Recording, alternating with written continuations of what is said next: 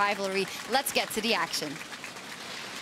Thank you very much, Sjokz, and welcome everybody in the last matchup before Athens. My name is Quickshot, and I'm joined by Vedius and Ender today to bring you action between the two most successful organizations in Europe's history. Let's dive straight into our expectations for draft, because we haven't seen either of these teams in 2 weeks. No, but you would assume that things like the Qiyana and Yasuo are going to be taken away from G2 Esports. It is something that is regularly banned away from them, and very few teams have found success when they have been left available. Yeah, definitely so. We also have to look at those pocket picks for Fnatic. The Lee Sin, the Gragas in the jungle, Aatrox in the top lane, and of course, Hylissang's Rakan, all very potent picks that Fnatic used to great success in the regular season. Straight out the gate, the Yasuo targeted at Perkz, as well as denying the Mikyx Gragas. In actual fact, G2 will ban the Gragas themselves. Qiyana and Aatrox follow suit. So Fnatic's ban's going somewhat as we expected. It was the final ban that we had a lot of debate around, and would it be something like the Sejuani that G2 Esports like to go for? Would they consider the Xayah or even the Rakan to deny that from G2's bot lane? Yeah, I think the Akali could be another option here, a pick that Nemesis has not chosen to go for so far in the summer split. He's much more of the ranged mid laners, the marksman mid laners, the Twisted Fate, the Corkis of the world, in order to have that late game insurance as well as that global potential. Looks like that the Rakan is going to be the final ban. This means that Akali, Aurelia, Sylas, all these big flex picks that G2 do love to go for are up and available, but Fnatic get priority, and the Yuumi is up and available. Quickshot. Keep an eye on the player faces as well. G2 jovial, laughing, comfortable. They picked a red side. They will have the option to counter, and it is now going to be first pick options here for Fnatic. Yeah, the Yuumi still left open here for Fnatic if they do want to run that themselves. That's what they're going to be hovering here. And this is the thing, Fnatic, they started the Garen Yuumi hype train here in Europe. We have to wait and see, are they going to do it again today? Here comes the Pyke. I was expecting this to come out from G2. They drafted it the last time. Caps gets his hands on the Akali. The big question is, does Fnatic go for the Garen? It was something that they brought out during the regular season. It was a potent combo that ended up working out for them against the likes of Vitality. But they could still go for something like the Lucian if they just want a strong AD carry for Rekkles to be performing. It depends if you want to try and smash that laning phase, if you want to go for the Lucian, or the Garen, which gives you that insane tankiness in the mid-game. Fnatic, they got their hands on the Yuumi, they pick up the Garen now, and this is a combo that could be deadly. Garen and Yuumi worked for Fnatic. Garen and Yuumi worked for Rogue. So what is G2 going to draft as the answer? There is no ways that happy, smiley G2 on stage hasn't cooked something up in the lab. Right, I mean, the best thing we've seen into the Garen Yuumi is to attack them inside the laning phase, pick up a strong champion alongside that Pyke, and then have a jungler, get Jankos and Caps involved in that lane. Just deny this Garen farm, because as a melee champion, you can certainly throw him right under the bus. Ooh, so we're seeing a lot of top lane hovers, and the Mordekaiser is locked in. Now, remember, ladies and gentlemen, that with G2 Esports, every champion is a flex champion. So while typically we have seen Mordekaiser in the top lane, I'm not so convinced that it'll be played top lane this game. So you're saying Caps is going to take it mid? I think Perkz is going to take it bot with the Pyke. And tell me why. I think that the great thing about Mordekaiser's ultimate is that when used against a Garen, it removes Garen from Yuumi, which means that the Garen-Yuumi combo does not become a combo anymore, and it becomes Garen, a terrible champion. Please, please, please, Mord Pyke bottom lane, jump on social media and tell the world that Garen versus Mordekaiser is happening with Fnatic versus G2. If I'm right. Once it is locked in. Go tweet to build the hype, and then we can watch it later. Let's jump into phase 2. Sejuani, Elise, and Sylas. A lot of junglers been taken from the pool. Yeah, it's surprised to see here G2 leaving the Lee Sin open. Broxah's best champion during the regular season, but removing a lot of these early game options alongside of it. I think the Lee Sin is something Broxah should be trying to get his hands on, unless G2 just want to steal that one away with, because with all these jungle bans, you have to look more towards the likes of the Skarners of the world, go down a tier inside of that list, and we've actually got a Quinn ban alongside that Sejuani, so Fnatic think there's all sorts of crazy things going on in the G2 camp. So Lee Sin, not too surprising from the side of G2 Esports. This does give them a little bit more early game power, and I think it synergizes very nicely with the Pyke coming out from G2. Did we see Quinn into Mordekaiser at some point this Yeah, wondering if that was a potential target. Regardless, we'll have to see when we chat to the players later. Gangplank has been one of Bwipo's go-to fallback champions. Has played one game this split as well. And I think that this is a good blind pick here for Bwipo. I really like him on this champion, as well as just throwing Fnatic another global. Now you have the Cannon Barrage, you have the Twisted Fate in the mid lane as well. If we expect G2 to be constantly attacking Fnatic's bottom lane, that 2 versus 2, having those globals at level 6 really limits the ability for G2 to try and set up dives on that bottom lane. And I do think that one of the things about Fnatic's composition is it provides the opportunity to create a lot of chaos. Ooh, are we going to see this locked in? We're going to see some Nocturne. Very nice from the side of Fnatic. Nocturne did receive some buffs on patch 9.16. I feel like he's been a bit of an underutilized jungler. Of course, but we also have the Gnar locked in as well for G2 Esports. Quickshot, I think you know what that means. Oh my word, Mordekaiser Pyke versus Garen Yuumi. We also have GP into Gnar and Twisted Fate into Akali. I must admit, if Fnatic decide to kill a target, they have a lot of tools to do so. Yeah, I mean, we already talked about it. Endo was saying how once you hit that level 6, Fnatic have the freedom to pretty much move anywhere on the map. And I think that one of the things you always have to be conscious of is when you're going for this Garen Yuumi, naturally, it often struggles in the early laning phase. So you want to have lanes that you can play through during the early stages of play. And I think that when you have a Nocturne, he can actually act as one of your primary carries. You have great setup with the likes of the Twisted Fate to follow up on his ulti, and it actually becomes very easy to attack things like the Akali and like the Gnar in the 2 solo lane. It's going to be all about, for the side of Fnatic, setting up these fights where they have the numbers advantage. Attack those side lanes, as you mentioned. Make it not an isolated duel. Bring in multiple members. You have the Yuumi to speed up the Garen as well. This team can get on you so quickly. Even though they don't have that hard engage potential, with the speed ups, with the teleports, with that GP ultimate, they have the ability to start off fights. Now the question is, what happens if they fall behind? What if the mad scientists of G2 make this work? Is there comeback mechanics built in? For Fnatic's comp, I think that their scaling is naturally going to be very good because they have the Garen Yuumi. It is very difficult to kill, and later on, they can build the QSS to deal with the Mordekaiser ultimate as well, so that Garen Yuumi force can still be a difficult one to deal with. All right, well, let's take a look how this works out, ladies and gentlemen. Fnatic versus G2.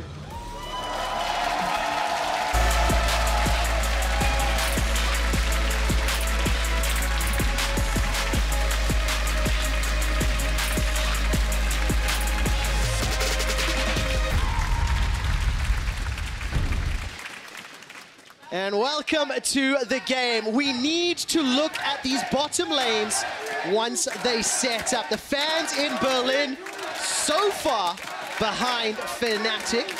And it's G2 that are starting off the play. That ward spotting out the skill shots for now. And obviously, I'm going to take a look at this Mordekaiser Pyke as well as Garen Yuumi. Take a look at the summoner spells as well. Teleports for both bot laners. And the G2 chance erupts. Oh, so Mordekaiser Pyke versus Garen Yuumi. Now, we already talked a little bit about it in the draft, but basically the idea comes down to when Mordekaiser ults Garen, Garen and Yuumi get separated, which means it's now a 1v1 between Mordekaiser and Garen, and a 1v1 between a Pyke and a Yuumi. That doesn't sound fair. Yeah, and for the fans at home that may not have played Yuumi, Pyke is quite favored in that 1 versus 1 situation, especially once you hit that level 6 mark. The important thing to remember as well is that both champions in the Mord and the Pyke also just scale into relevancy into the mid and later stages of play, whereas Garen doesn't really. Garen as a champion doesn't offer a lot into the late game. So the fact that you can remove him from this fight and deny this combo of Garen Yuumi is what makes this Mordekaiser Pyke so strong. I think also when you just look at these champions interacting in the 2 versus 2 in bottom lane, Mordekaiser has a lot of tools of range at his advantage, whether it's to farm from range with his Q, that gives him a little extra, as well as that pullback on the E. You put a Pyke and a Mordekaiser alongside each other, they can actually drag this Garen almost halfway through their lane to set up for those ganks that we sort of expect to see come around here later on. And what I love as well is even the naming conventions. Death's Grasp into a Bone Skewer and then an Obliterate. That's it. End of story. You've got a dead kitty cat.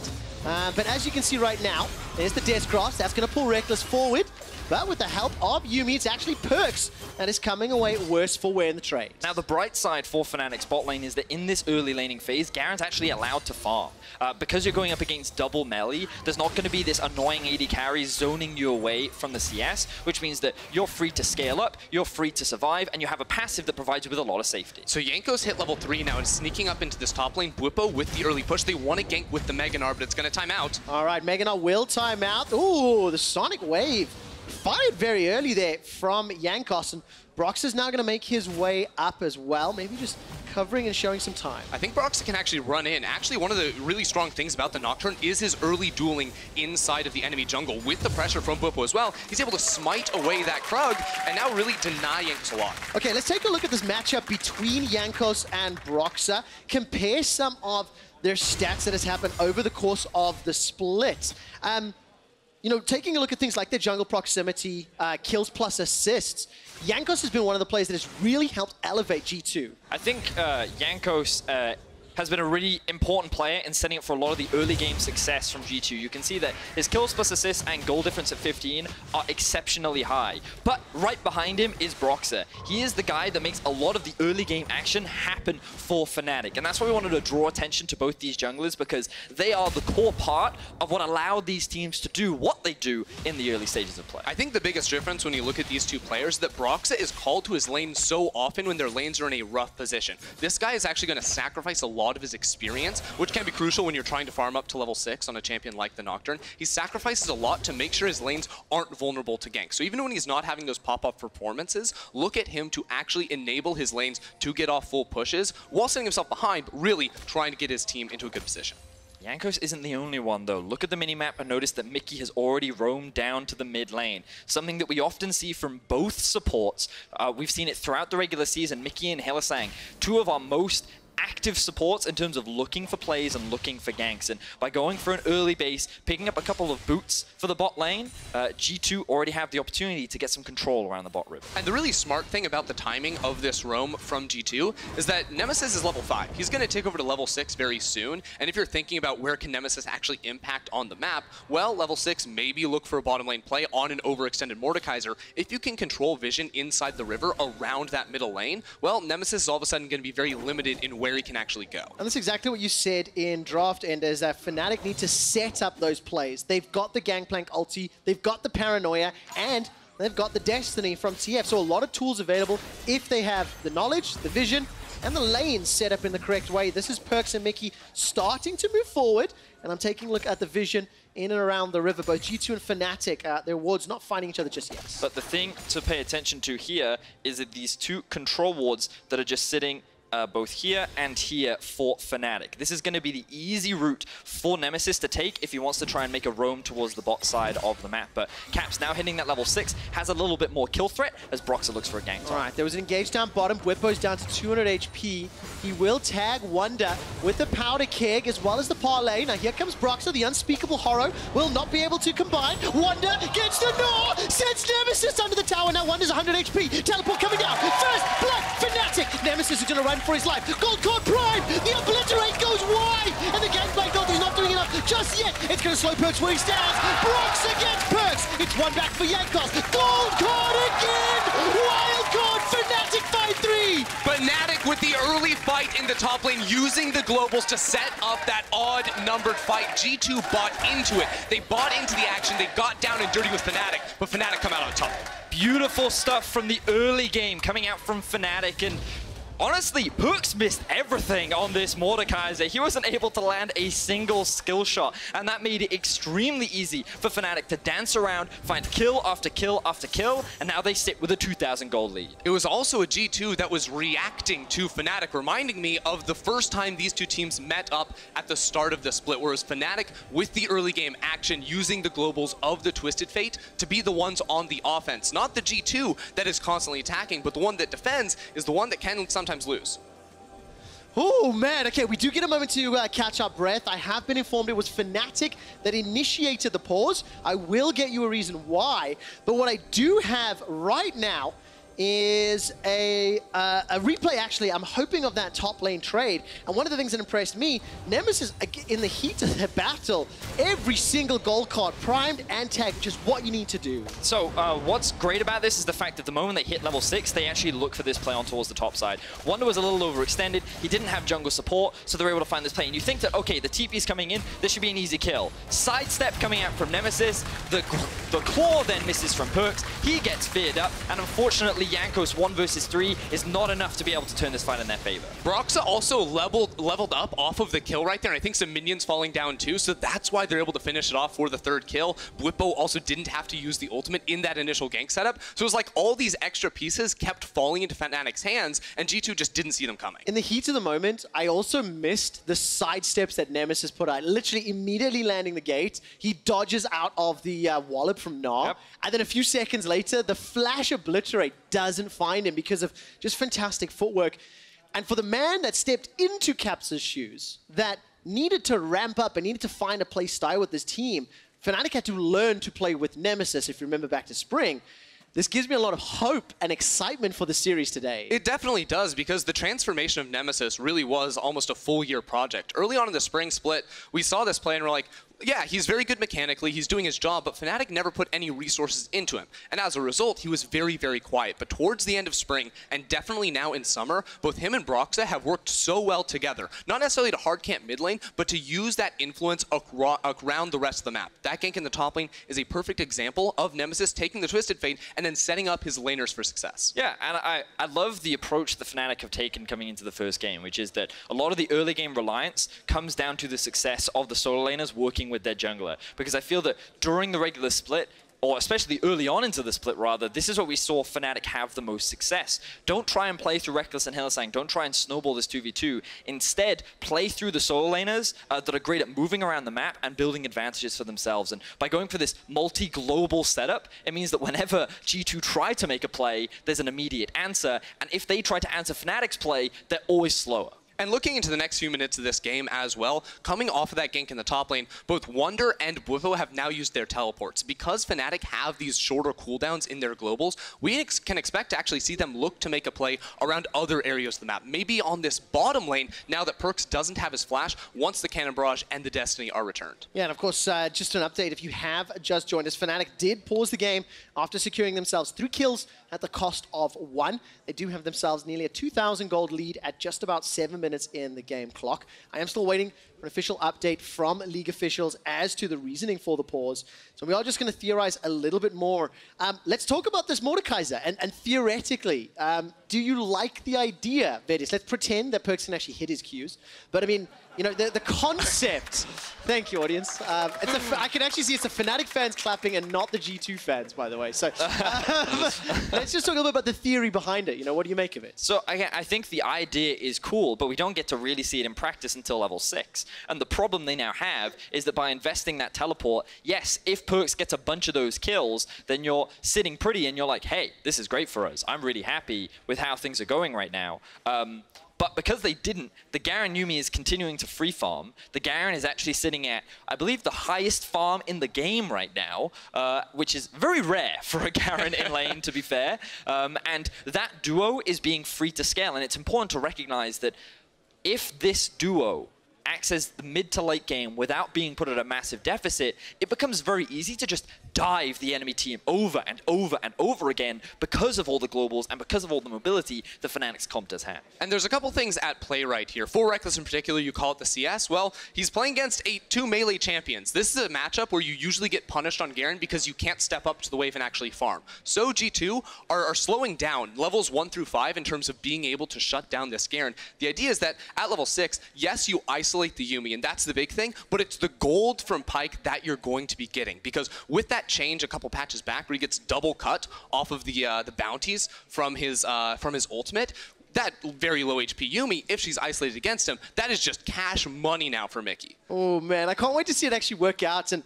unfortunately, we are still working on the pause and investigating it. So I want to just step away from the game a tad and just talk about the fact that we're seeing more unique picks, right? This is the big game between first and second in playoffs. We know that G2 already has played more unique picks than any other team. You can see Fnatic actually technically lowest of the list. And I like that we see now the Nocturne. So technically they are, Trevor. Exactly. I was trying to That's find what technically means. I was trying to find a non-offensive, because I'm like, it's not bad. This doesn't imply negativity. So I was trying to find like a neutral term.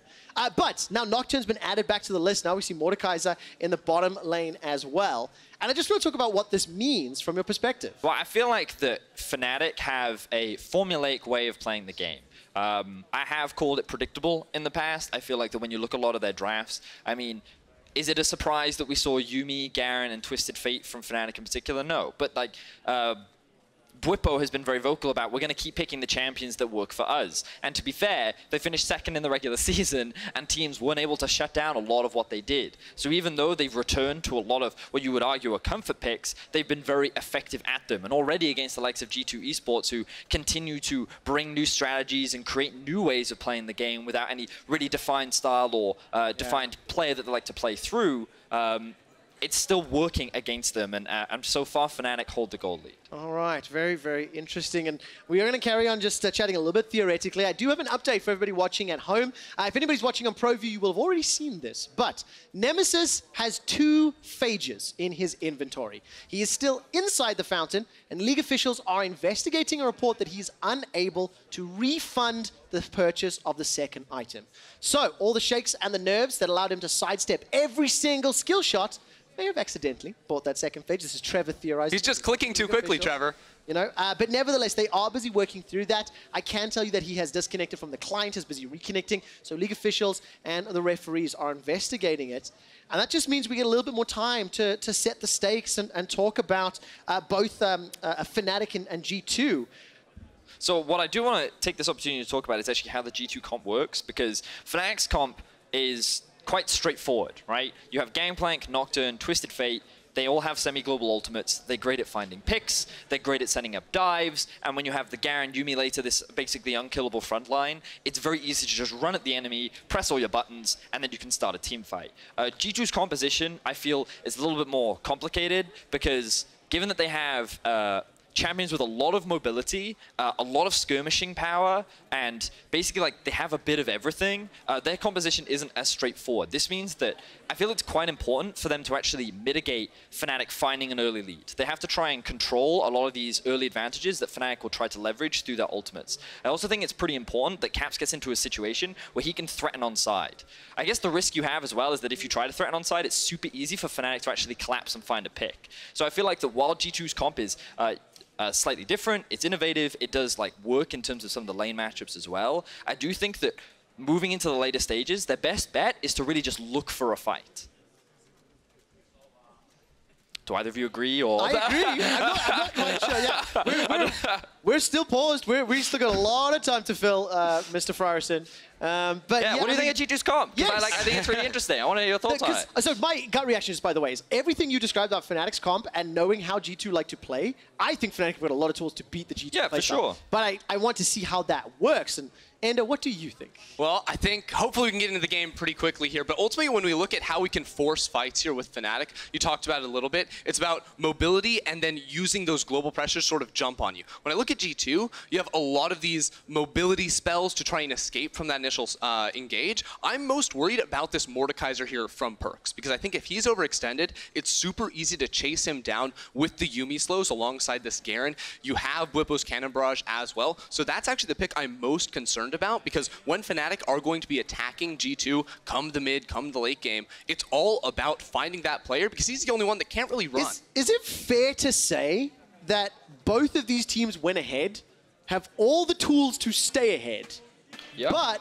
the moment another team pulls, is able to start punishing them, it's so easy to use the strengths and the synergies built into the respective comps to keep pushing your opponents down? I do feel that on paper, Fnatic's comp is easier to leverage when ahead, just because a lot of their it's much easier to leverage the semi-global ultimates that they do have, whereas for G2, I feel that there's a lot more setup required, because they want to be looking to kind of force skirmishes, look for picks, deny vision, which just requires a lot more setup than just pressing your R button and going. All right. Unfortunately, ladies and gentlemen, League officials are still investigating the issue on stage. While they do so, we're going to head over to the analyst desk for another perspective. Thank you very much. And of course, we will inform you at home when we have any more news or updates on the situation that's occurring right now. For now, though, let's dive into the pick and ban and the draft phase so I can hear what my analysts have to say. We disagree with everything the casters said. With everything was said by the casters. Overall, though, it does exemplify exactly what we were highlighting before. Yes, you never know what you're going to get versus G2. But sometimes it may also not work out, although it wasn't really given a fair chance. Yeah, I mean, so let's be fair here and say we haven't gotten to see the comp yet. No. G2 didn't have to TP up top to respond. They could have just given up the 1 kill and traded it for a bunch of cooldowns on the side of Fnatic, and then we would have been in a decent state. But I think now, obviously, you are set a bit behind. But looking at the draft specifically, I think with Fnatic, the moment Yuumi was open, we instantly knew at least the first 3 picks were like, okay, Yuumi, Garen, TF is going to happen now. And then it was a bit more of a question regarding jungle later, at least. So the thing that I really want to highlight is the Corki ban, because I think that's where a lot of things start. Because with Corki banned, it makes priority in Akali rise up a lot more, because it's usually a champion that you take into Akali in terms of one of the potential matchups you have, and you know that it's going to be a huge pick for Nemesis himself. So I think with that Corki ban, this is G2 saying to Fnatic from red side that they are fine playing both sides of the priority pick matchup. If that means that first pick is going to be a Yuumi, that they are fine then taking the Akali because they had the Mordekaiser Pyke counter for the Yuumi ready. If it is a Pyke, that they are fine then or not a Pyke, a Akali, then they are fine taking the Yuumi themselves. And I think that's something that's really interesting. Like, I know everyone will gravitate towards Mordekaiser Pyke. This is so amazing. Will it actually work? But fundamentally from like a game plan from red side, and I believe that G2 did pick red side, yes, then absolutely that's something to keep track of in this best of 5 series. If this Mord Pyke works out here and then suddenly Fnatic can no longer play it, like, that's whatever. Play Garen, Yuumi, yeah. But now G2, like, if it works for them, they feel so confident. Like, what are you going to do? If you take the Akali, we'll beat you with Yuumi. If you take the Yuumi, we'll beat you with the Akali. I think there's another thing also with the Corki ban, because TF is also considered a good pick into Akali. Yeah. So it's not like they just removed all the good picks against Akali. But I think there's a huge difference in the 2 champions in terms of safety. Like, Corki in itself is very hard to shut down for Akali. Very hard to gank as well because of Valk, then package later. TF is a lot riskier. A TF who falls behind is, as always, one of the weakest champions. Doesn't have the same scaling potential. Well, it's more like you have no dashes, right? You have no form of actually like getting out of 1v1 situations like a Corki has, where you can Valk over a wall. So I think Fnatic's G2 said, we know you're going to pick either TF or Corki against Akali, but Nemesis TF is a lot easier for us to snowball on than a Corki. So I think there's no element to that, to the mid lane thing as well. And if you have caps, of course you're going to say, give me the one matchup where there's a higher chance he actually snowballs. Yeah, and we've talked a lot about this bot lane matchup already, and also let's Has it been explained why it works? They mentioned it on sure. cast, Yeah. but just repeat it. As a refresher, the idea is that if Yuumi is attached to Garen and Mordekaiser ults the Garen, Mord does incredibly well into melee matchups because you have to be close from for his abilities to work. Yuumi falls off of Garen, Mord handshakes with him, kills him himself, and then you have a guy like Pyke who can get on top of Yuumi and then execute her. So the idea is that you kick Yuumi off, Pyke kills her, Mord takes Garen, and G2 are like, see ya, mate. Yeah, wouldn't want to be it. Let's talk about the top lane as well. We talked to Bwipo before the match. He has his hands on the Gangplank. It is something that we see banned almost all the time, also yesterday, for example, and it's going up against the Gnar. What are we expecting as the game moves on from this matchup, taking into account that he's gotten a bit of gold, the Gangplank, with that first blood? Well, Deficio, you were bringing up a great idea of, like, in relation to that Gangplank of where to Fnatic actually attack on the map. It did end up in that top side, but I'm aligned with you. I was like, well, maybe you try to attack mid lane because you use the Destiny to try to stun the Akali, and hopefully, like, Nocturne can burst her out, but there's not a lot of options. Well, that's kind of the interesting thing about the draft is there's a lot of like global tools, but there wasn't really the clear lane where you say, okay, obviously this is the one. You know, the Leona lane in the bot lane. That's where you're gonna go. You know, no, Yuumi Garen is not a lane you normally want to like go towards kills towards. Actually, you just want to help them kind of get out of lane phase because their mid game is so amazing. And the GP is kind of the same. You know, you don't often go and gank a GP lane very heavily, but he is a great blind pick, which is obviously one of the reasons he's picked here. It does mean they're very heavy on physical damage for scaling, which can be a problem, but he needed a good blind pick. I think GP was a great choice.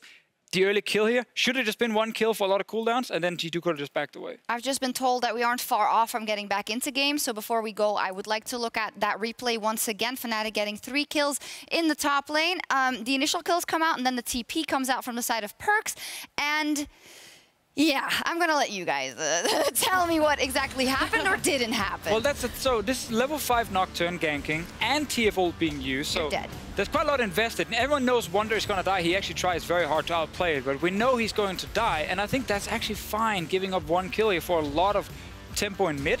But Perkz, he sees the low members. I don't blame him, because if you want to play aggressive playstyles, you're going to gamble on these kind of things. Yeah. We can't criticize him for trying. Wrong. No, absolutely not. Even though at this point it was incorrect, if you want to play the style that G2 and Fnatic plays, you have to take these TPs. And sometimes they do backfire. But this one, let your top laner die, get full priority mid, and it's okay. It's fine. Wunder is going to be okay. Because there's a very real world where Perkz TP's up there. He doesn't miss everything, and maybe he picks up a couple of the kills. Jankos jumps on top of him. Suddenly we're on the AD. We're like, yeah, you know, classic G2, match Fnatic, blow for blow. They've now snowballed the game out of control, but unfortunately, but you have a lot of skill shots as Mordekaiser, and in this case, landing them was very, very difficult. But even if you got 1 kill, you can still argue worth it or not. Okay, well, thank you very much for your insight. Now, as an update, Nemesis bought 2 phage items, and afterwards he did activate a corrupting potion in the fountain, which puts the champion into a combat state. What did I say? This makes you unable to get a refund for an item. Now, League of Legends officials have determined that this is an intended feature, and we will resume the game. The teams are ready to get back into the game, so let's leave it to our casters. Thank you very much, Sjokz. Yes, this is a difficult situation and one that is going to be frustrating for Nemesis. Obviously, he will have the option to play with the second phage or more likely sell it for something else. Yeah, and if we're looking at actually the value that he loses off of this, phage costs 1,250 gold. You sell it for only 875, so that's 375 gold that he has lost off of that play. So his 2-0-1 effectively becomes a 1-0-1 kill. Obviously, very unfortunate if he chooses to sell it. Right now, he is holding on to it. To be fair, it does make sense. Get your best value for money. Like, gives you that extra bit of AD and health. And if we're actually looking at how much gold he has, he only has like 50 in the bank, so he couldn't have finished off a Stinger or a Sheen in favor. So he says, actually, for the value, the best thing to do is to hold on to it and probably sell it once he gets his next reset off. Well, that seems to be the case. Welcome back to the game. Fnatic versus G2. Jankos looking to kill Nemesis, who does have flash available. He's already landed a gold card. Sonic Wave doesn't find a target. Perfect execution. Sends Capped with 1. Over the wall. Broxah finds Capped. The unspeakable horror, as well as the Dustbringer. That gets 1, and Jankos gets a second. So Jankos kicks Nocturne into range of Caps, which actually allows Broxah to get that kill. So a bit of a blunder from Jankos, but still ends up being a 2-for-1 in favor of G2 Esports. Immediately after the pause, they find a successful kill. They burn the flash out from Nemesis as well. And this is actually something Deficio was talking about on the Analyst desk, which is TF doesn't have that same safety that a Corki does, which means these gank setups are a lot easier. Yeah, sets up for this kill right here. He still had the flash, but it's not enough to escape. Then Broxah, who gets punted over the wall by Jankos, can find the kill, but ultimately it's still trading up for G2. And can you just imagine being Nemesis in this situation? Jankos ganks you the second after a 10-minute pause. It's just brutal. Yeah, it really is. Broxah, on the other hand, is getting a revenge in the top. The fight's not done yet. Rekkles, he's in some trouble down the bottom lane, inside the death realm. Mikyx is looking for a kill into Rekkles, but there comes the cat. Throws down the zoomies. Then this time round, the realm of death did not find its target. So this time you can see the principle behind the strategy. You separate Rekkles away from Hylissang, and Perkz came very close to finding that kill, but wasn't quite able to land those skill shots. Doesn't find the 1 versus 1, and Mikyx wasn't level 6, so he could not secure that execute at the end. Yeah, you can see there too, it's very pivotal. Mikyx needs to not have minions in his way to be able to land those skill shots. It's actually very hard to lock up this Yuumi without landing the Bone Skewer first from Mikyx, so going to be looking at these trades a little more critically in the future. All right, we're approaching 10 minutes. Jankos and Mikyx going to be starting off the Dragon. 2,000 gold is Fnatic's lead. Destiny is available. If you look at the minimap, Broxah is near the pit, but he's got no paranoia. Teleport is coming down. It's Bwipo that throws in the cannon barrage. 1,200 hit points. Smite is going to be close, yes, secured. Gold card from Nemesis. Jankos is the first target. Now Nemesis gets the help of Yuumi. Jankos is running for his life. No flash available. Dash back from Caps, trying to buy time. Caps goes back in, dashes back out. My word, nobody can stop this man. Mikyx throws down the damage on the Nemesis. Not enough to kill him. Swimming for his life. Gets caught out and feared. Dashes over the wall. These fights need a second play-by-play. I can't believe G2 actually got out of that one. Fnatic put so much into that play. The global from Nemesis. Bwipo walking all the way over, a teleport from Rekkles as well. They threw everything in, but they lost to the Drake. They couldn't get a kill. And in the meantime, Wunder picked up multiple plates in the top lane. What I love is that Fnatic is going toe-to-toe with G2 in the early game. They're not just sitting back and allowing G2 to play their game. They're fighting them. They're skirmishing them. They're saying, you know what? The moment our ultimates are available, we need to go for a play-in. We see it top lane. Broxah, now level 8 on the Nocturne, matching the same level of his two solo laners. Already the warrior enchant complete. This Nocturne is in a great position only 10 minutes into the game. Okay, Bwipo's in some trouble here. Wunder has got a 15 CS lead and still working towards his ulti. But look at the minimap, Broxah's making his way out. Yeah, hard to make this play. No ults on G2's top or jungle right here, so actually locking down Bwipo going to be very hard, especially with that flash returning quite soon. The 2v2 could look good here for Fnatic. Well, let's see what happens. Broxah clears out the one, instantly leaves. Jankos is still sticking around, waiting for the play. Bwipo's flash will become available in just a few Oh no, the Dragon's seconds, Rage back up. But here comes the Mega Gnar, the Dragon's Rage as well. Does Wunder look for the hop and not just yet? Oh man, Jankos literally in that bush waiting the full time for that play to work. Now bot lane, go for a bit of a trade. Death Grass, I'm looking at the Realm of Death, not thrown yet. Every time I see that Death Grass land, I hold my breath in case they go in. But I think with that Death from below and Ignite, it's a wait. Yeah, waiting for those cooldowns. But as we take stock of this map, well, yes, Fnatic are the ones usually playing on the aggressive, and yes, they have a gold lead right now. CS in both top and mid lane are struggling at the moment because of the time that both those soul laners from Fnatic have spent around this map. Broxah, one more time. Okay, last chapter goes up. Perkz gets a pretty big shield for now. Paranoia comes in. That's already a kill. Deficio justice for Fnatic. Caps will try to look for something on the way out, but in a 1 versus 3, I'm not sure that's going to work.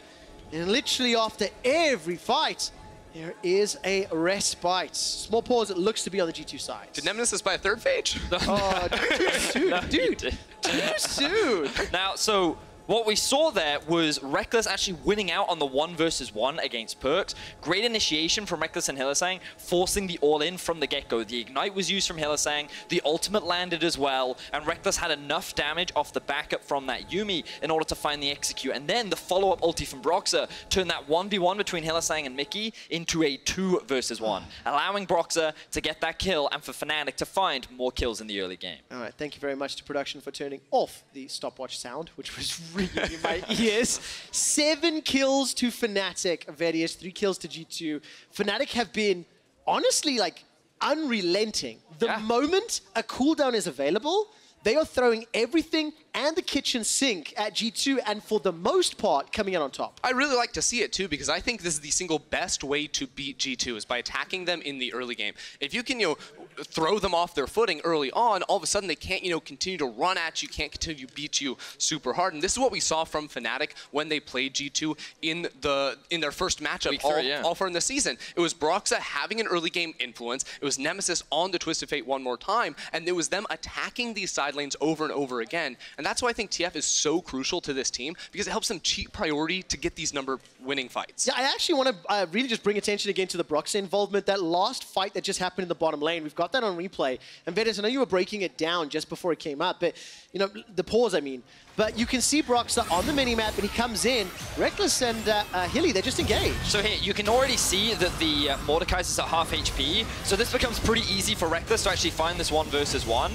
Then we can see it looks like Mikyx actually gets stuck within the minions, which then makes it hard for him to escape out of that situation. And then Broxah and Yuumi are able to find that kill onto him, ends up being a 2 versus 2 going in their favor.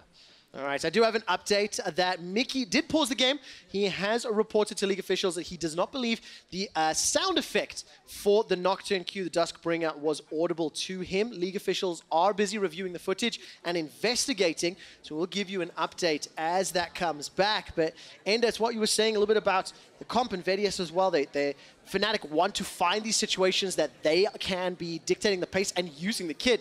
Garen, Yuumi plus Nocturne kills everything. And it's so good, especially when you look at G2, because they always try to fight you inside the laning phase. That was a fight that G2 opted into at the start. Before they knew the Nocturne was there, they were ready to go for this 2v2. So having these globals to attack you and throw everything out of whack for G2 is super, super strong. And it's actually one of the reasons why I feel like Jankos is so impactful for his teams, because he knows his lanes. He's ready to get down and fight with them too. It's just you can't really do that as Lee Sin versus the Nocturne. He's going to beat you there every time. What I like about what Fnatic is doing right now is, number one, it puts G2 behind in the early game. This is actually something that we talked a lot about last split when they went up against each other, where G2 is this like mid-game spiking team where the moment they hit mid-game, the game would be like even, and then they'd suddenly balloon the gold lead in their favor, whereas Fnatic was one of the best early game teams. Whereas this split, it feels a little bit more like both teams have actually been very effective in the early game, and it comes down to who can have the better early game because of how well they know how to utilize their mid-game. So I feel like that Fnatic finding this edge means that, as we were talking about earlier, and something you mentioned, Trevor, was the ability to continue with the snowball. Having all these globals, getting to those level 11s earlier, means that you can just keep the pressure up. You can keep attacking these side lanes, and you can make it difficult for G2 to ever regroup. And it's kind of what you expect from G2, you know? From a play side, from a theoretical side, right? But the team composition Fnatic have drafted has done that. We did have a graph in Ready Check, which I'm hoping production will be able to bring up, that showed the gold differences of Fnatic and G2 over the course of the split at 10, 15, and 20 minutes.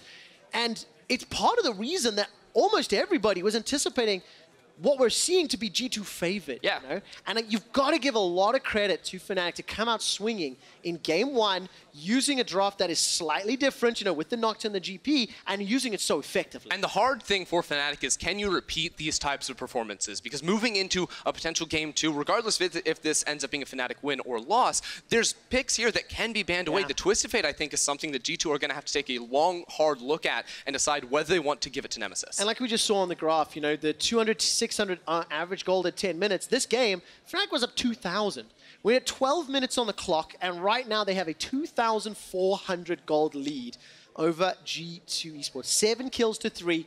They have conceded an Ocean Drake, but it was a few minutes ago and it allowed them to get some more kills. So if you are just joining us, we have had a couple of pauses. I can only apologize. But maybe Fnatic and G2 are just waiting for North America to wake up so they can watch the games as well.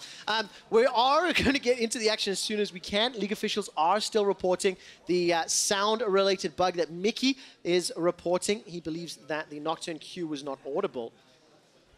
So, I had a point that's now completely disappeared. Oh, no, I remembered it again. I saw your hand go up, so I'm like, okay. Like, no, I've got it. So the biggest difference, this is something I wanted to mention earlier, actually. The biggest difference between the first time that they met back in week 3 versus now was that the solo laners from G2 are not actually catastrophically behind.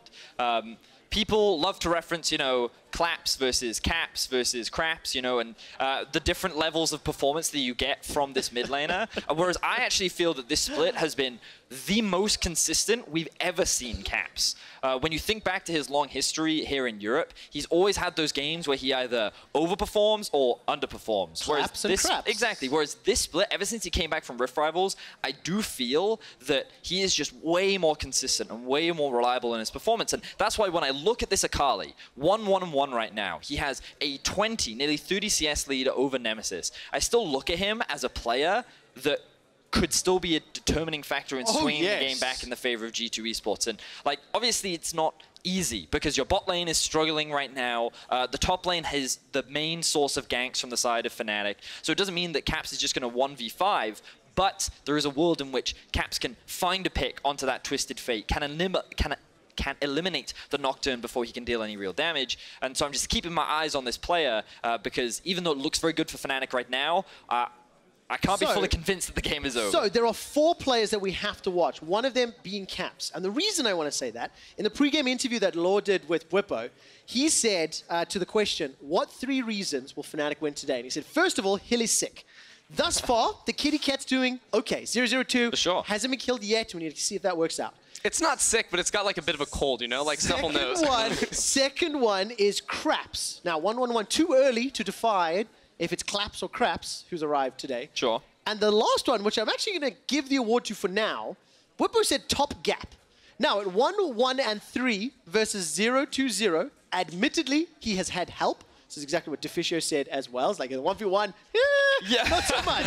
But if you're ganking and if Fnatic keep throwing the ganks there, well, maybe the top gap is built by having other friends step on Wunder's head. Yeah, you know, I'd say the gap is, you know, the 3 players that Fnatic are continuing to bring into the top lane right now. But I'm curious to see how that pans out later in the series we do get. Those are some 3 pretty good reasons, I feel like, if they were to be all true, if you wanted to try and give Fnatic a victory right here. Oh, we are back in We did it. game.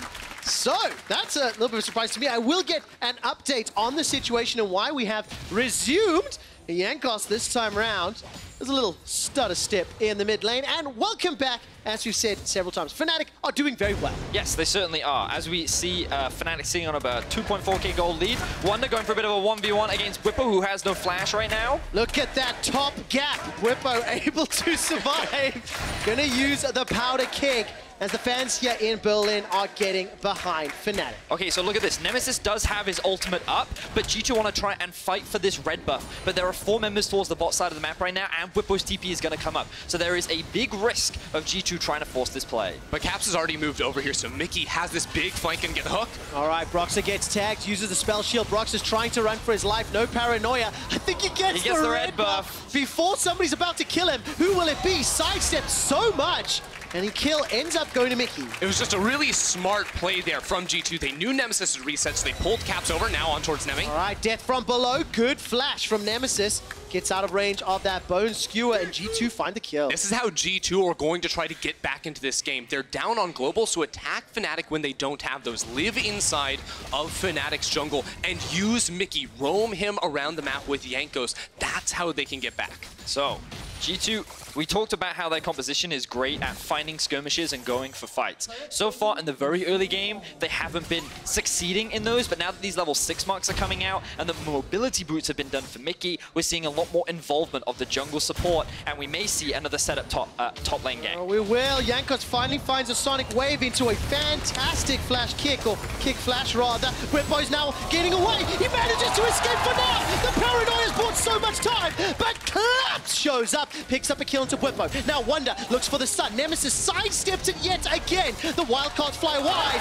Nemesis gets another. Wunder goes for the crash over the wall. Nemesis is chasing, trying to run down Gnar. Boomerang Blade will buy some time as the gold card times out. While that's happening, Rekkles lands some justice onto Mikyx. Fnatic just smashed G2 across the map. It's G2 on offense, but Fnatic with the global show up to fight G2 3v3 in the top side, while Rekkles and Hilly smash Perkz and Mikyx in the 2v2. Love the confidence from Fnatic. The fact that once again, they are matching G2 Esports in a lot of these fights, a lot of these skirmishes, and Fnatic are the ones coming out on top. Oh man, I really need to give this update. So there was a pause a few seconds ago. Mikyx paused, reporting he did not hear or see Broxah's ultimate, the Nocturne ultimate. He reported to League officials he believes this was a bug. Now, League officials confirmed that after reviewing the shadow play footage, there was a visual and audio cue, but it was missed by Mikyx as he was in Pyke's stealth, which looks very similar on screen. Now we get back to the action of G2 trying to collapse and being punished. Yeah, and the start of the play is really nice here, but see Bwipo escape here with the bonus move speed of the Stride. Yes, Caps can chase him down, but Caps spending all that time to follow on towards Bwipo means Nemesis can stay alive. Nemesis, with another fantastic sidestep, is able to get the shutdown onto Akali and almost use the Phage movement speed to chase down for next kill. Meanwhile, bottom lane, it doesn't matter if you isolate one player, it just looks like they ran him down and dunked on him. And this is what we're going to be seeing more and more from the Garen later on. The great thing about Garen Yuumi and why it is considered such a strong duo is because that front line of Garen becomes impossible to deal with, and the poke from Yuumi is impossible to escape from. So if either one of them land on top of you, there's no escape. Yeah, the other huge factor coming into this bottom lane that we didn't get to dive into earlier is the support items. That's where all the gold income is coming. Now Fnatic pick up their Ocean Drake of their own. Sonic Wave found its target. Rift Herald was used in the mid lane, and G2, they've grouped up and stacked. Fnatic have got ultimates available if they want to fight. Rekkles is stepping forward, looking for Caps. You can see he's set himself a target. 5v5 in the mid lane. G2 have already secured 2 towers. and the pace of this game is breakneck right now. It's getting really, really fast, and with Fnatic grouping up as 5 members, you can only expect to see them try to go faster and faster. But remember, what works best for Fnatic is attacking these side lanes. Be aware and be prepared if you are G2, because now we get into a weird situation for G2, who actually goes mid. No one can step up to clear the waves. Ooh.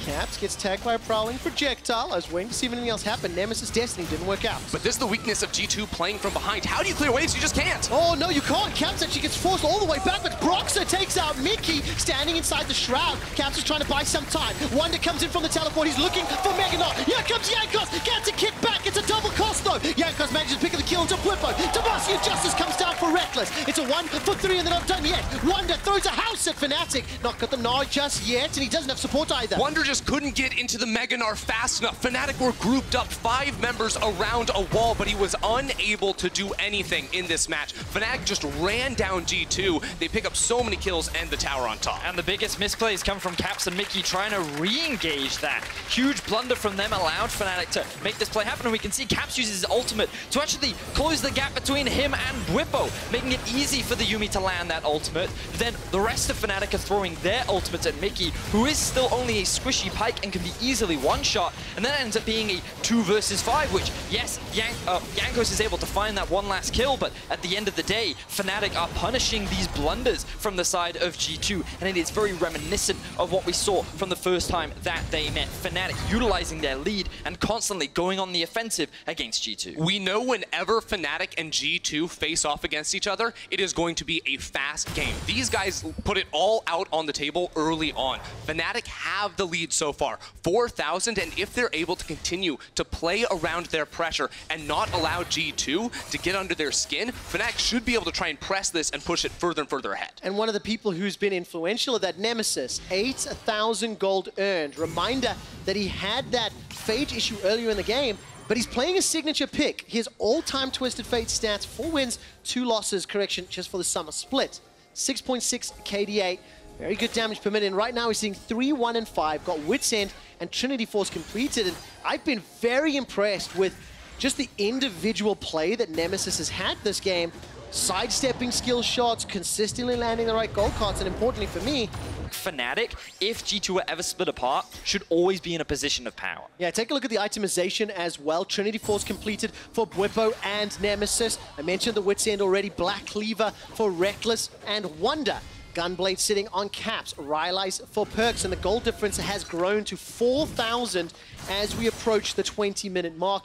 Next Dragon is a Mountain. Baron's going to become a consideration. And Fnatic right now, they've got G2 running scared. Yeah, Fnatic in a wonderful position here because the next big thing for Fnatic is the Mountain. In 1 minute, Fnatic should look to pick this up because having the Mountain unlocks the Baron for you. If you're able to take that down with the bonus damage of the Mountain Drake, all of a sudden becomes much easier to set that thing up. And because you have a champion like the Garen, it's so easy to start it up, bait G2 into a fight against you, turn, kill them, and then win the game. Well, let's see, because G2 have only been... G2 lost in the summer splits all 3 games.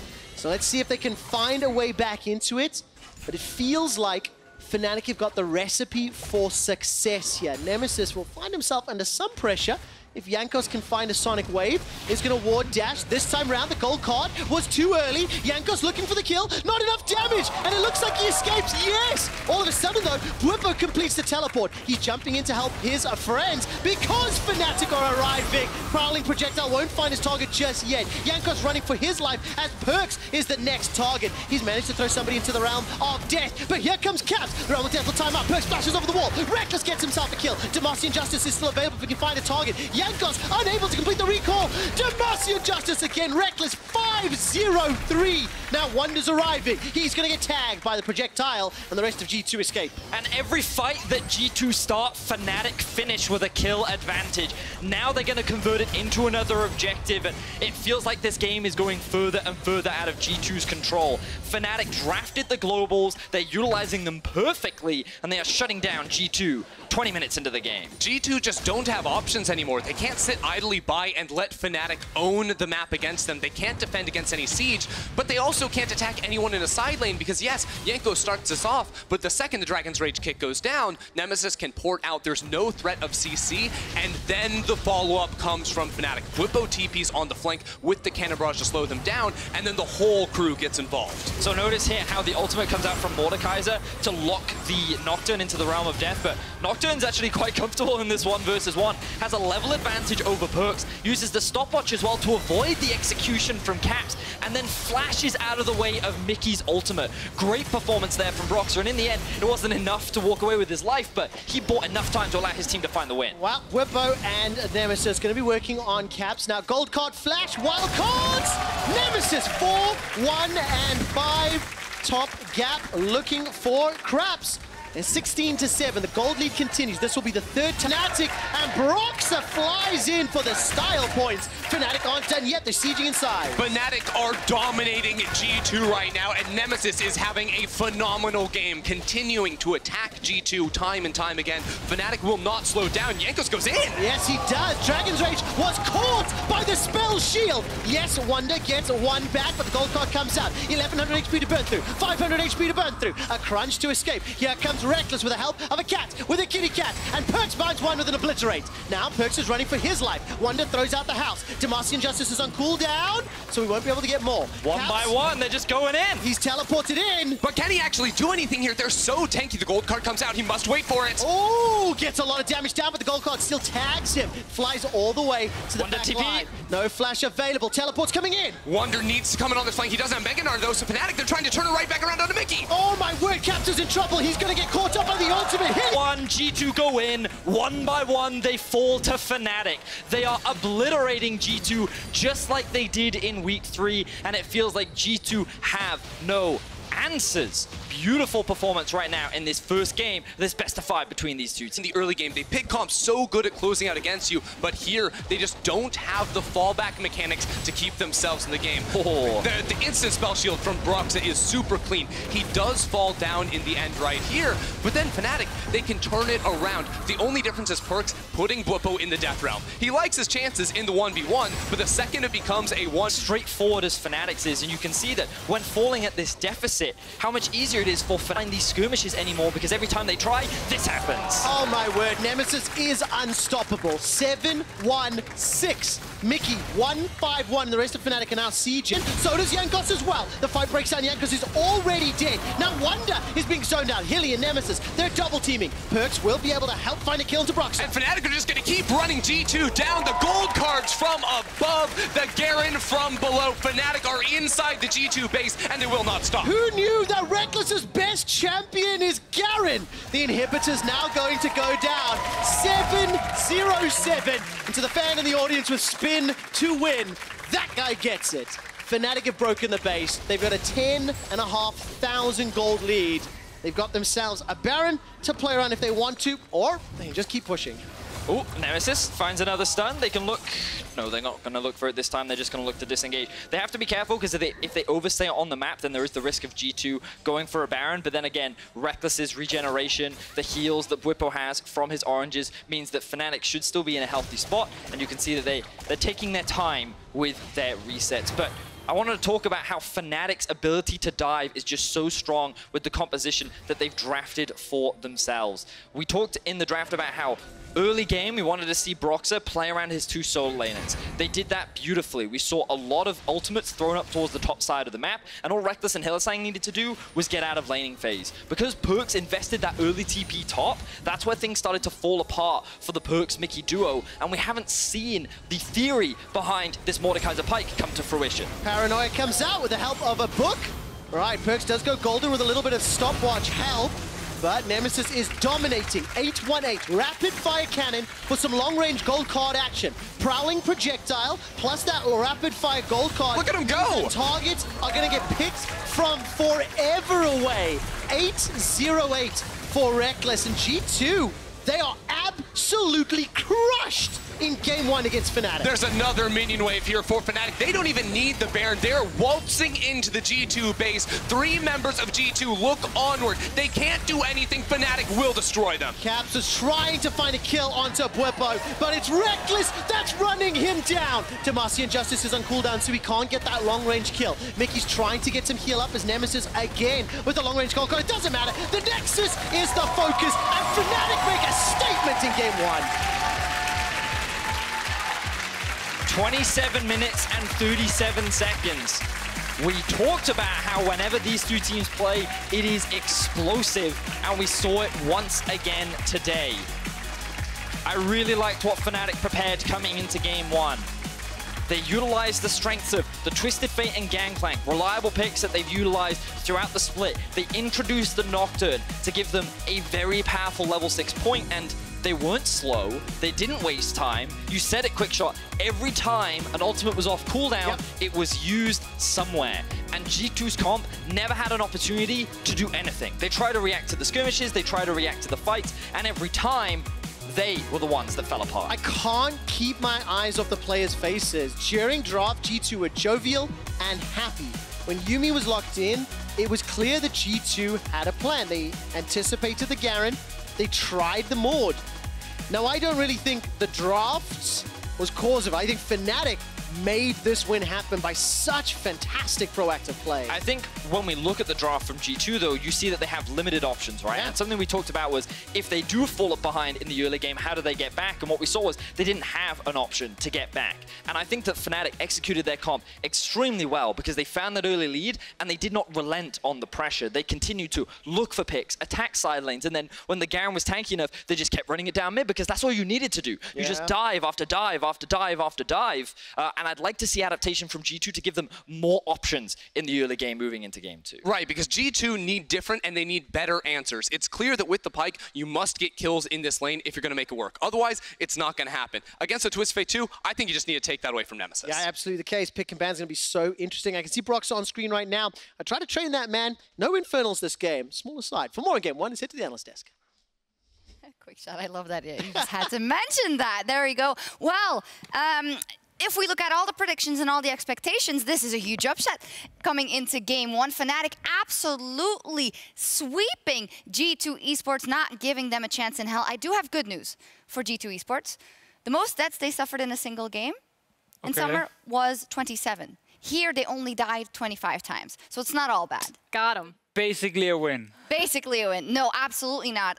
Well, they suffered a horrible loss, and Fnatic played out of their minds. Let's take a look immediately at some replays who were started off by Broxah, mainly. He had a fantastic game, but it seems like everyone had a great game on the side of Fnatic. Right, but there's a lot of jungle bans, and we were kind of wondering in the second phase, what is he going to play with all these common picks being removed? The Nocturne, while it is risky pre-6, in case you obviously can't really help your team, he actually managed to start this gank at level 5. There was no pressure coming in from G2 before this, and then this is the one we talked about during the pause as well.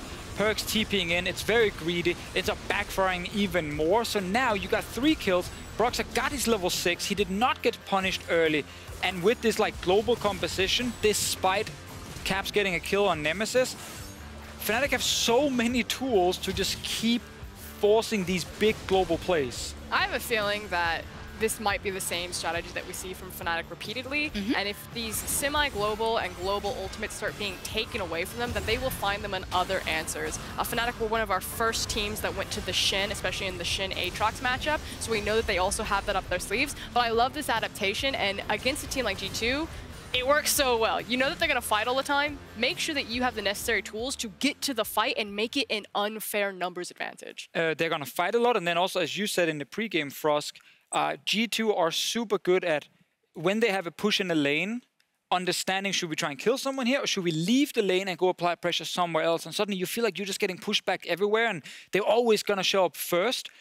And even when they had moments where they did that, they were like, oh, we are 3 versus 1 against the GP now on top side. It didn't matter because Nocturne ulti, TF ulti, there were enough globals, plus a TP on Garen who Yuumi can sit onto. There's enough people who can show up from very far away that it actually nullifies that advantage that you normally have by understanding when to move from the lanes. So just get more mobility? Is it as easy as that? Oh, no, you got to fix a lot more on G2's side. No, to beat G2, have we just seen all you need is more mobility? It's a great answer, at least. I want to say this. The best that I want for this best of 5 is I want both teams to play well, one team to play better. Take away nothing from Fnatic. They played very well. Very cool composition. The execution was cool. G2 made a lot of uncharacteristic mechanical mistakes. There were a lot of missed skill shots that game that you don't normally see. So that game, I don't feel like that was G2's best performance. Hopefully they ramp it up because I want to see these Titans really hit each other. It's also important to say, like, you can't just draft this every game and then, you know, it's going to be as successful. I think the Yuumi Garen ended up doing a lot more. This was actually the moment I mentioned before where it is G2 moving, using lane advantage to get a collapse onto someone. Normally this always gives them a kill, but against this comp with the Nocturne and TF, who did not get punished hard enough early, that's the key thing we have to highlight. This composition for Fnatic, obviously, is not super strong pre-6, but after it is amazing, and that's when they can start doing these things left and right. And in this one, I think that put more pressure on G2 than they wanted to. You know, it wasn't just the globals they had to deal with. They had a Yuumi Garen, and they never got a real 2v2 against them, and they started falling behind. Yeah, so now that just became impossible to deal with. Now, the big headline of the pick and ban was, of course, hey, they let them have the Garen and the Yuumi, and they have an answer in the Pyke and the Mordekaiser. So what's the verdict? Or was it hard to see because they were just snowballed upon so hard? So these are the two options that you have. You can run it back, give them the Garen Yuumi, and be like, okay, this time around we won't take Pyke Mordekaiser. We can take a more traditional counter to it. Maybe you grab, or you are forced to ban it on red side. You don't have the answer for it. I don't know what G2 are going to pick. They have one of their core weapons of that Yuumi Garen combo that they have taken away from them. G2 chose red. So I think G2 will ban the Yuumi instead of Corki in this one. Just not to be forced into having to do this counter pick into Yuumi Garen. That they tried out in this one. I think in the best of 5, trying this is perfectly fine. You know, as Frost said, if this worked, then Fnatic just ran probably one of the most standard comps they can actually run and got beaten. Exactly, and I think, you know, I agree with you. If this is a best of 5 and you know you're G2, you have a lot up your sleeve, you're allowed to try this. And that's not what kind of worries me for G2 today. It is more what Frost came up with, the fact that we saw individual players playing much below their level. And again, this is not to take anything away from Fnatic, who played phenomenally as well, but you need to clean that up, and you need to clean it up right now because Fnatic got that first win and they want more. And Fnatic show again that mechanically they can match G2. Yep. That's why they're 2-2 in the regular season. That's why a lot of people are so excited for this series. Let's look at some more highlights. It's all Fnatic all day. The Garen Yuumi, which was countered? No, not really. Here, Rekkles is having a field day. We could talk more at length about why Garen and Yuumi is so strong. We've seen it a couple times in the LEC, but the idea is that, like, Garen is a piece of toast, okay? And normally you don't just show up a piece of toast. And normally you don't just show up for the toast. It's about what goes on the toast. Whether you're like a cheese person, you're a jam person, you love that chocolatey spread. Yuumi is whatever that is. Unless you're Vedius, you just eat the toast. Unless you're Vedius and you just eat that. He would just be a Garen player. So the thing is that Garen is the delivery service for the goodness of Yuumi. And without Yuumi, he's just a Garen. Not even G2 can carry that. But with Yuumi, you can get Rekkles. An MVP on Garen, if there you will. we go. And next to Rekkles was also Nemesis in the mid lane. We talked a lot about this mid lane matchup and Caps, who can make gold out of nothing, right? Out of being behind, he can still make the plays. But when you have Nemesis on his favorite champion and his best champion, that works in the system, that's not easy to play against either. This is exactly what we talked about in the pregame, how in the Nemesis versus Caps, you're going to have Caps trying to play Assassins where he can carry the game on his own. You're going to have Nemesis being on champions that can push and then make plays with the team. That's what he just did there on TF. His Corki was banned away. That's been the other big one for him. So I think Nemesis gets to show in the first game that he added more value to his team by having this TF. I still think Caps was the one answer G2 had, and he did get a couple of kills early, but then the game just completely snowballed out of control. So happy with the mid lane matchup in game 1. Happy with the mid lane matchup. A lot to take away from this match. A lot of new things in draft and things that G2 tried, and Fnatic snowballing the game. So how do you now think the rest of the series is going to go? And it's so difficult because you don't want to take anything away from Fnatic. But you know it's still a G2 that was #1 in the regular season and has lost games like this before. I mean, good news for Fnatic fans, you're a game up. You didn't show anything. You ran an exact same composition. Maybe the Nocturne pick is kind of the change up there. Could be banned in second phase, true. Could be banned, but otherwise, Fnatic fans, 1 game up, didn't show anything, feel great. G2, probably going to go standard, or at least more standard than they do the last game. And if you lose there, then it's kind of crisis mode. Yeah, I mean, no panic yet. I'm just enjoying the fact we don't get a 3-0. Me too. And that you and I both are still had in the Fnatic winning a game. So we could still get a 3-0. It just might be what that's true. That's true. But that would be an insane 3-0 if that happens. I would also celebrate that. Yeah, I'm already happy with what we got, and it's only the first game. And Fnatic, they're on their way towards the LEC finals, 1 step closer. But G2 might have some more tricks up their sleeves. We'll see you after the break. Nemesis is going to run for his life. Gold card Prime! The Obliterate goes wide! And the Gangplank is not doing enough just yet. It's going to slow Perkz where he stands. Broxah gets Perkz. It's 1 back for Jankos. Gold card again! Okay, last chapter goes up. Perkz gets a pretty big shield for now. Paranoia comes in. That's already a kill. Deficio Justice! Caps is trying to buy some time. Wunder comes in from the teleport. He's looking for Meganot. Here comes Jankos. Gets a kick back. It's a double cost though. Jankos manages to pick up the kill into Bwipo. Perkz is the next target. He's managed to throw somebody into the realm of death. But here comes Caps. The realm of death will time out. Perkz flashes over the wall. Rekkles gets himself a kill. Deficio Justice is still available if we can find a target. Jankos unable to complete the recall. Deficio Justice again. Mikyx trying to get some heal up as Nemesis again with the long range gold card. It doesn't matter. The Nexus is the focus. And Fnatic make a statement in game 1.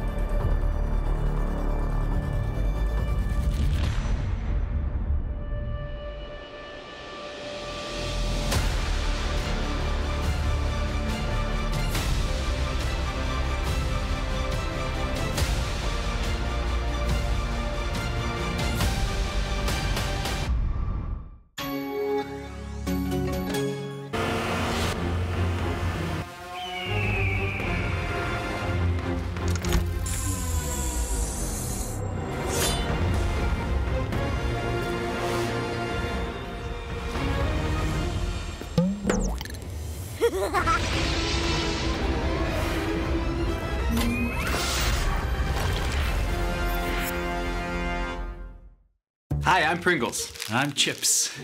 Wait, are we doing this Mac versus PC thing? Guess so.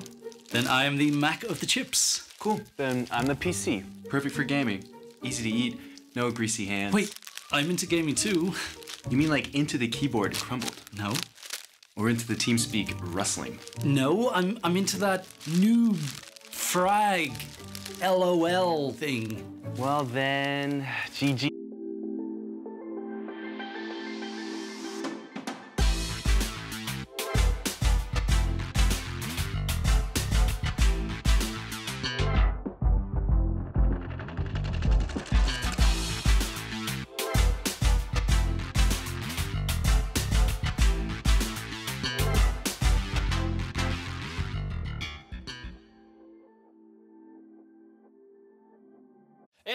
No, we're doing the clap first. Answering questions in Hello, Pedro. Oh, well, thank you very much. How are the children? It's time for our question of the day. What would be your dream Medivedi intro? What about fireworks? But what about a choir? Zipline. Or a choir? What about parachutes? But a choir!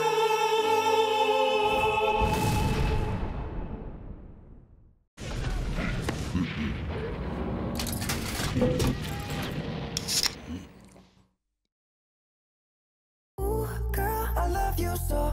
Never, ever, ever gonna let you go. Once I get my hands on you. Ooh, girl, got me all in. Gonna go solo till you walk in. Ooh, girl, didn't plan it. I don't want no one else, you the baddest. Ooh, girl, this is crazy.